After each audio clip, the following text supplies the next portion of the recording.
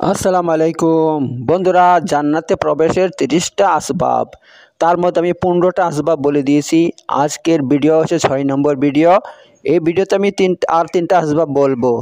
ওই তিনটা আসবাব কি কি আপনারা শুনতে থাকুন ভিডিও শুরু থেকে শেষ পর্যন্ত। এই ভিডিও শেষ পর্যন্ত দেখবেন, তাহলে আপনি বুঝতে পারবেন জান্নাতে যাওয়া কত সহজ, আর অথচ আমরা এটা কঠিন বানিয়ে রেখে দিয়েছি। বন্ধুরা, জান্নাতে যাওয়া খুব সহজ।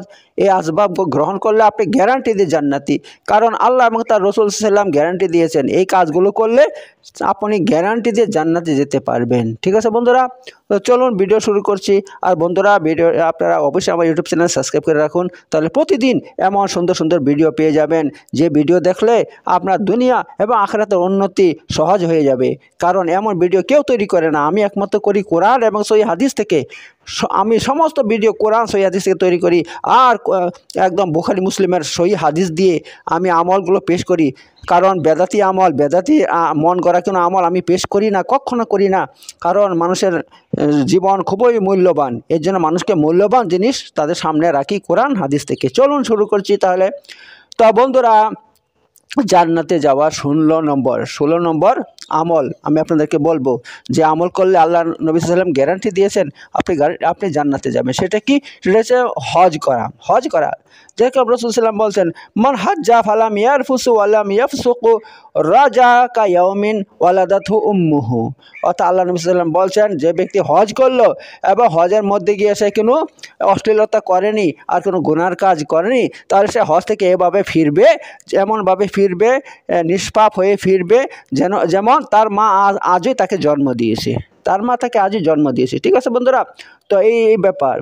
তা মুসনাদ আহমদের মধ্যে হাদিসটা রয়েছে, হাদিস নম্বর হচ্ছে আপনার 3170 নম্বর হাদিসের মধ্যে আল্লাহ নবী সাল্লাম এই কথা বলছেন।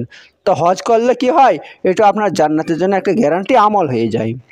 তো বন্ধুরা, এবার চলুন আপনার 17 নম্বর আমল হচ্ছে, ফরজ নামাজের পর যদি আপনি আয়াতুল কুরসি পড়েন, তাহলে আপনার জন্য জান্নাত ওয়াজিব হয়ে যায় বন্ধু। এটা 17 নম্বর। তো সেটা কোথায় আছে আপনার, সেটা বলে দিচ্ছি। হযরত আবু উমামা বাহলি রাদিয়াল্লাহু আনহু থেকে বর্ণিত, তিনি বলছেন যে আল্লাহ নবী সাল্লাল্লাহু আলাইহি ওয়াসাল্লাম বলছেন, কি বলছেন, মান কারা আয়াতুল কুরসি ফি দুবুরি কুল্লি সালাতিন লাম ইয়ামনাউহু মিন দুখুলিল জান্নাহ ইল্লাল মাউত।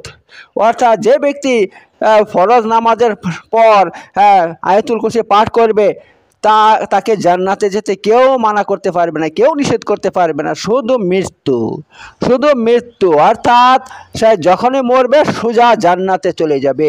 তো দেখতে পাচ্ছেন কত সুন্দর আমল। ভাই, আমরা তো নামাজ পড়ি, নামাজ পড়ার পর আয়াতুল কুরসি ছোট্ট একটা জিনিস, ছোট্ট একটা আয়াত মাত্র, আয়াতুল কুরসি একটাই আয়াত মাত্র। তো আমরা যদি নামাজের পর আমরা যদি আমলটা করে নেই, তাহলে আমাদের জন্য জান্নাত ওয়াজিব হয়ে যায়। কারণ আল্লাহ নবী সাল্লাম বলছেন যে ব্যক্তি নামাজের পর, ফরজ নামাজের পর আয়াতুল কুরসি পড়বে, তাকে জান্নাতে যেতে কেউ রুখতে পারবে না, শুধু মৃত্যু। অর্থাৎ মৌত হবে আর সে জান্নাতে চলে যাবে। অথচ আজকে বড় একটা দুঃখের কথা হচ্ছে এই, অনেক বেদাতি মৌলবী, বেদাতি ইমামরা কি করে, ফরজ নামাজ পড়ার পর সঙ্গে সঙ্গে হাত তুলে দোয়া করে। আরে ভাই, হাত তুলে দোয়াটা কি আগে না আয়াতুল কুরসি পড়া আগে? হ্যাঁ, আল্লাহ নবী যার গ্যারান্টি দিয়েছে সেটা তুমি করছো না, আর যা করতে বলেন তা তুমি করছো কিসের জন্য?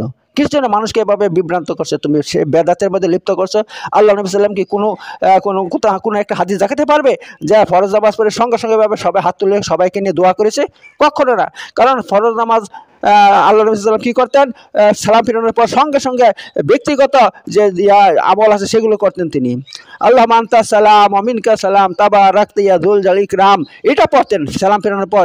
প্রথম আয়াতুল কুরসি পড়তেন, তারপর এটা পড়তেন, তারপর কি পড়তেন, 3বার আস্তাগফিরুল্লাহ এগুলো পড়তেন। এই আমলগুলো আল্লাহ নবী সাল্লাম থেকে বর্ণিত হয়েছে। এত ফরজ নামাজের সঙ্গে সঙ্গে কোনো হাত তুলে দোয়া না করে, বরং আপনি কি করুন, আল্লাহ নবী সাল্লামের এই গ্যারান্টি আমল আয়াতুল কুরসি পাঠ করুন। আর আপনি যদি আয়াতুল কুরসি পড়েন, তাহলে কিন্তু দোয়া হবে না, আর দোয়া করলে আয়াতুল কুরসি হবে না। এবার কোনটা করবেন দেখেন আপনি। আবার আপনি যদি দোয়া শুরু করে দেন হাত তুলে, তাহলে কিন্তু আয়াতুল কুরসি পড়া হচ্ছে না, হচ্ছে না, তাহলে আপনার জান্নাতে যাওয়ার যে গ্যারান্টি আল্লাহ নবী দিচ্ছে সেটা আপনি পাচ্ছেন না, তাতে বঞ্চিত হচ্ছেন। তো বন্ধুরা, এই সমস্ত কুসংস্কার বেদাত থেকে মানুষকে বাঁচান, বরং আল্লাহ নবী সাল্লাল্লাহু আলাইহি ওয়াসাল্লাম এবং হাদিস থেকে যে দোয়া যে যে আমল বর্ণিত হয়েছে আমরা সেই আমল করব। আর সেটা কি? সেটা হচ্ছে সালাম ফেরানোর সঙ্গে সঙ্গে আয়াতুল কুরসি পাঠ করা। আর তার গ্যারান্টি কি? সে আয়াতুল কুরসি পাঠ করলে সে কী করবে? তাকে জান্নাতে যেতে কেউ রুখতে পারবে না, কেউ তাকে বিরত রাখতে পারবে না, শুধু মৃত্যু। তো কত সুন্দর গ্যারান্টি আমল, আমরা সে আমলগুলো করছি না, আর আজে বাজে আমলগুলো করছি।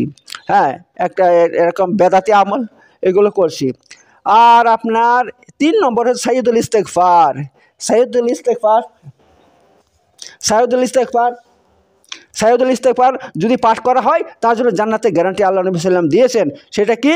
আল্লাহ নবী সাল্লাম বলছেন, যে ব্যক্তি সকালে সাইয়্যিদুল ইস্তেগফার পাঠ করবে আর সেই দিন যদি সে মরে যায় তাহলে সে জান্নাতে প্রবেশ করবে।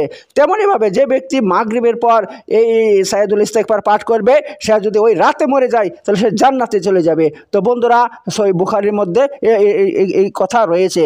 আর সে সাইয়্যিদুল ইস্তেগফার হচ্ছে এই, আল্লাহুম্মা আনতা রাব্বি লা ইলাহা ইল্লা আনতা খালাকতানি ওয়া আনা আবদুকা ওয়া আনা আলা আহদিক ওয়া ওয়াদিক ওয়া মাসতাতাতু আউযু বিকা মিন শাররি মা সানাতু আবু লাকা বিনিমাতিকা আলাইয়া ওয়া আবু লাকা বিযামবি ফাগফিরলি ফাইন্নাহু লা ইয়াগফিরুয যুনুব ইল্লা আনতা। তো বন্ধুরা, এ হচ্ছে সাইয়্যিদুল ইস্তেগফার।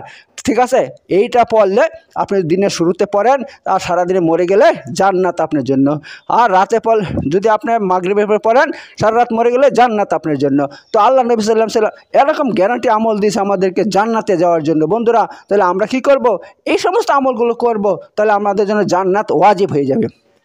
18 নম্বর আমল, জান্নাতে যাওয়ার 18 নম্বর আমল হচ্ছে, যে ব্যক্তি প্রতিদিন 12 রাকাত সুন্নতে মুআক্কাদা পড়বে তার জন্য জান্নাত ওয়াজিব হয়ে যায়। এবং শুধু তাই নয়, জান্নাতে তার জন্য একটা ঘর তৈরি করা হয়। যেরকম হযরত উম্মে হাবিবা থেকে বর্ণিত, রাসূল সাল্লাল্লাহু আলাইহি ওয়াসাল্লাম বলছেন, মান সাল্লা সালাতা ফি ইয়াউমিন ওয়া লাইলাতিন 12 রাকাত বুনিয়া লাহু বাইতুন ফিল জান্নাহ আরবাআন কাবলা যুহর ওয়া রাকাতাইনে বাদাহা ওয়া রাকাতাইনে বাদাল মাগরিব ওয়া রাকাতাইনে বাদাল ইশা ওয়া রাকাতাইনে কাবলা সালাতিল গদা। তো আল্লাহ নবী সাল্লাম কি বলছেন?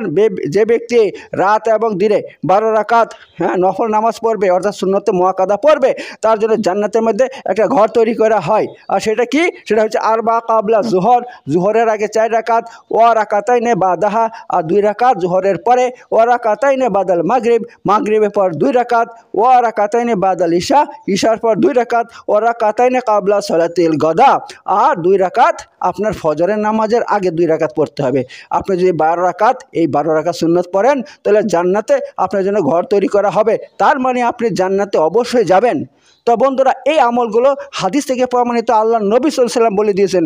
তো আমরা এই সমস্ত আমল বাদ দিয়ে কোনো বেদাতি আমল করব না, কোনো মন গড়া আমল করব না, তাহলে জীবনে জান্নাতে যেতে পারবে না। ঠিক আছে বন্ধুরা, তো আমি আপনাদের সামনে এই মোট 18টা আমল রেখেছি জান্নাতে যাওয়ার জন্য। এখনও আপনার 12টা আমল বাকি আছে। তো এগুলো জানতে হলে আমার ভিডিও অবশ্যই দেখুন, ইনশাআল্লাহ দাদা সব জানতে পারবেন। আর এরকম ভালো ভালো ভিডিও পেতে হলে অবশ্যই আমার ইউটিউব চ্যানেল সাবস্ক্রাইব করে রাখুন, যেন প্রতিদিন এমন ভিডিও পেতে পারেন। ওকে বন্ধুরা, সবাই ভালো থাকবেন। আসসালামু আলাইকুম ওয়া রাহমাতুল্লাহি ওয়া বারাকাতুহু।